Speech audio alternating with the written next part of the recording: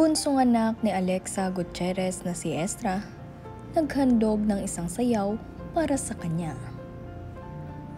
Bago ang lahat, huwag niyong kalimutang mag-subscribe at pindutin ang notification bell para maging updated sa ating mga susunod na video.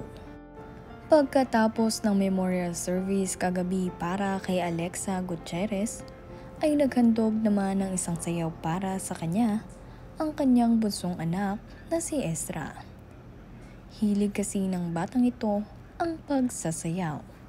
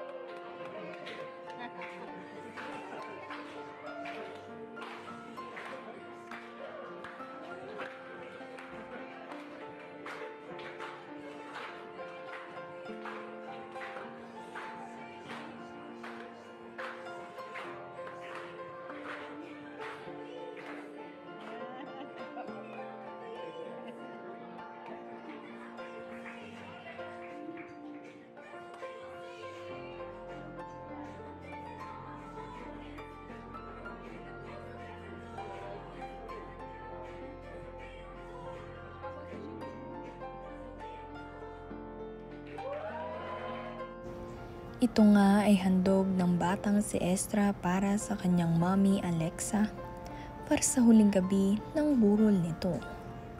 At napasaya nga rin niya ang kanyang lola Annabel Rama, tita Rufa Gutierrez at iba pa nilang mga kamag-anak at mga nakiramay dito kagabi dahil napakagaling nga nitong sumayaw.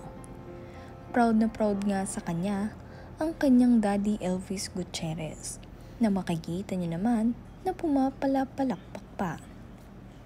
Ito nga rin si Lolo Eddie Gutierrez ay napakasaya na makita na ang kanyang apo ay nag-e-enjoy sa pagsasayaw. Kahit nga wala na ang kanyang mommy, ay patuloy pa rin siyang magsasayaw dahil ito ang kanyang passion. At alam niya na masaya ang kanyang mommy kapag siya ay nagsasayaw.